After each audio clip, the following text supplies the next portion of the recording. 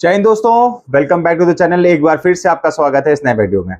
आज के वीडियो में हम लोग एक क्वेश्चन देखेंगे जो कॉन्टिन्यूटी बेस पे है। किसी फंक्शन की कॉन्टिन्यूटी चेक करनी, काफी मतलब डिफरेंट टाइप का क्वेश्चन है। कैसे डिफरेंट है वो अभी आपको यहां से पता लग जाएगा। ठीक है, क्वेश्चन हमारे पास में क्या है, F x equal to E की power 1 by x when x is not equal to 0 and x equal to 0 पर 1 दिया है। तो इसकी कॉन्टिन्यूटी चेक करनी है हमको एक्स इक्वल टू 0 पर।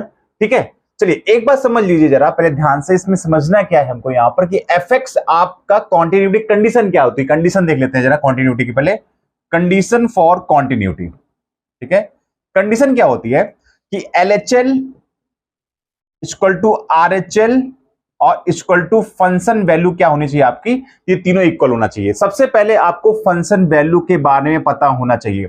फंक्शन वैल्यू अगर आपको पता है तभी आप बोल सकते हो कि वो कॉन्टिन्यूअस है कि नहीं है। ठीक है, तो सबसे पहले आपका फंक्शन वैल्यू पता हो जाना चाहिए। ठीक है, उसके बाद फिर एलएचएल और आरएचएल दोनों की वैल्यू क्या होनी चाहिए, इक्वल होनी चाहिए, और वो फंक्शन वैल्यू को इक्वल हो जाए तब आप यहां से इसकी बात कर सकते हैं। ठीक है, तो ध्यान से देखिए जरा, हमारे पास में क्या है फंक्शन वैल्यू। तो आपको गिवन है कि फंक्शन वैल्यू आपके पास में यहाँ पे क्या गिवन है, F zero equal to 1 given है। इसका मतलब फंक्शन वैल्यू के बारे में आपको नॉलेज है, तो उसकी कोई चिंता करने की जरूरत हमको नहीं है। ठीक है, अब एलएचएल की बात करते हैं। ठीक है, एलएचएल की बात करते हैं। ठीक है, एलएचएल क्या हमारे पास में, ठीक है, एलएचएल आप मुझे बताइए, ये आपको यहां पर x लेस देन 0 पर भी आपको यही मिलेगा और x ग्रेटर देन 0 आपको यही मिलेगा। मतलब लेस देन की बात करेंगे तो भी यहीं पे मिलेगा, और जब ग्रेटर की बात करेंगे तो भी आपको यहीं पे सेम वैल्यू मिलेगी। ठीक है, चलिए सॉल्व करते हैं। h वाला मेथड लगाते हैं। क्या कितना है आपका, limit h tends to 0 e की power 1 upon x minus h, और x इक्वल टू 0 पे बात कर रहे हैं ना हम लोग।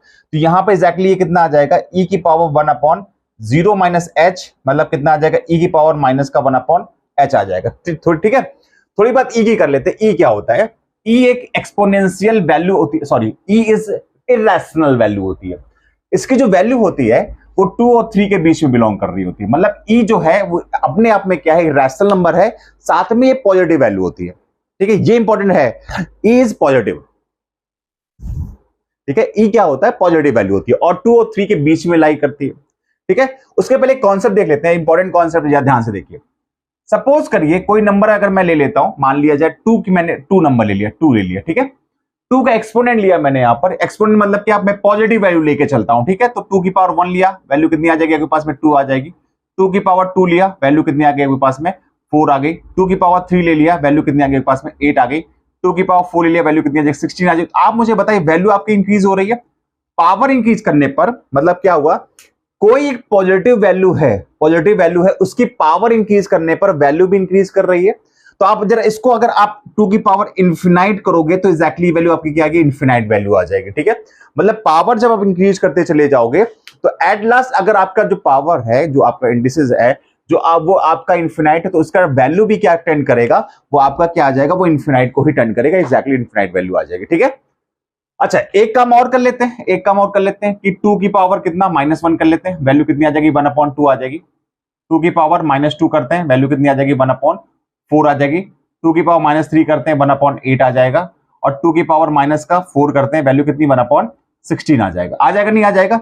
तो आप मुझे बताइए जब वैल्यू को आप यहां पर 2 की पावर इंफिनाइट करते हैं, माइनस का माइनस इंफिनाइट जाएंगे, तो आप मुझे बताइए ये वैल्यू लगातार डिक्रीज कर रही है, ये वैल्यू लगातार डिक्रीज कर रही है। डिक्रीज करते करते कहां पहुंचेगी, डिक्रीज करते करते कहां पहुंचेगी, ये इंपॉर्टेंट चीज है।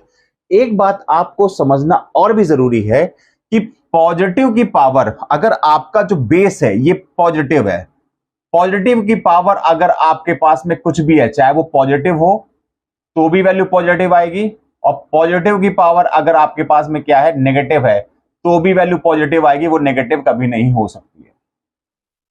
ठीक है, बस याद रखना है कि पॉजिटिव की पावर पॉजिटिव है, कोई वैल्यू है, पॉजिटिव वैल्यू है, उसकी पावर आपकी पॉजिटिव है तो रिजल्ट पॉजिटिव आएगा, और पॉजिटिव की पावर नेगेटिव है तो भी रिजल्ट आपका क्या आएगा, पॉजिटिव आएगा। वो कभी नेगेटिव नहीं हो सकता, वो कभी नेगेटिव नहीं सकता।